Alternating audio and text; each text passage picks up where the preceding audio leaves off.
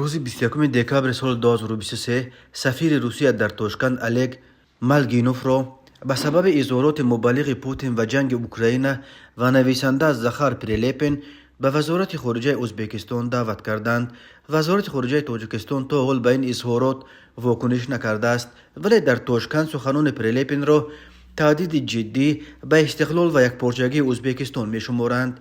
پریلپین روز 20 دکامبر در جلسه شورای متحده فرماندهان ساختارهای زخار پریلپین و اعضای حزب روسیه با عدالت برای حقیقت گفت: من صمیمانه طرفدار اونم که سرزمین هایی که از آن جایها مهاجران کاری به روسیه می آیند هم تو گیرند و همراه کنند و به آنها در جایش زبان روسی را بیاموزند. پریلپین که در برابر سیاستمدار ملتگرا و مخصوصا تاجیک بدبین روس سرگئی میرونوف هم رئیس حزب روسیه با عدالت برای حقیقت است افزود که شوخی نمی کند و مسئله بیکار کردن سندهای مربوط به فروپاشی اتحاد شوروی را در آینده نیز خواهد برداشت.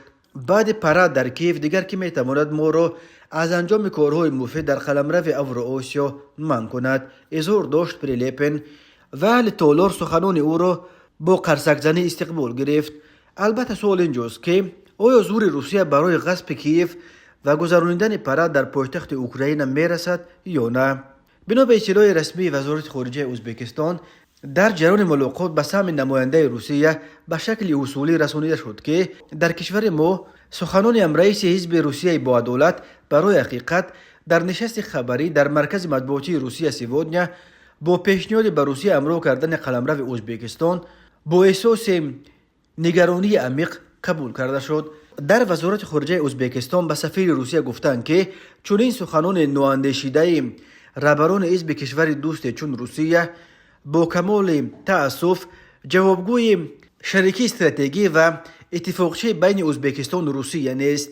چنین بیانیه‌ها در عین زمان در مطبوعات روسیه به طور گسترده پهن کرده شدند. طبیعت اغواگرانه داشته می توانند بر روابط پایداری تاریخاً دوستانه بین خلق‌های ما تأثیر منفی برساند، تاکید کردند در اداره سیاست خارجه ازبکستان.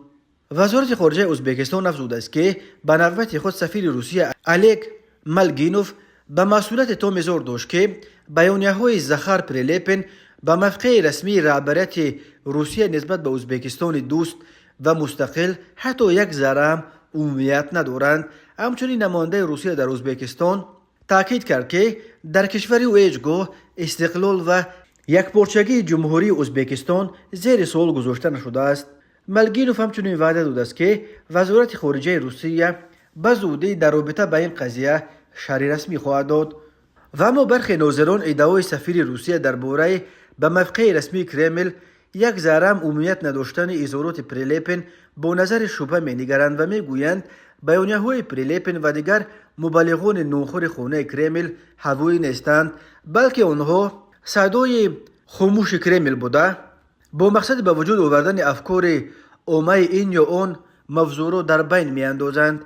پیشنهاد به روسیه گرفتن و همراه کردن آسیای مرکزی که مهاجران کاری به روسیه اساساً از همین منطقه میروند به عقیده ناظران امور نیز به این مقصد، یعنی سنجیدن افکار جامعه و واکنش‌های احتمالی از زبان پریلپین رسانه‌ای کرده شد. کارشناسان یادآور می‌شوند که پریلپین و مبلغان دیگر مثل او در طول چندین سال ضرورت به روسیه همراه کردن شرق و جنوب اوکراین تا بندر ادیسا را مطرح می‌کردند و رهبران روسیه از جمله پرزیدنتش ولادیمیر پوتین از این بیانیه‌ها فاصله گرفته همه را اطمینان خاطر می‌داد که اوکراین در مرزهای کنونیش یک کشور اعتراف شده است و مرز و حدود آن بازبینی نمی‌شود.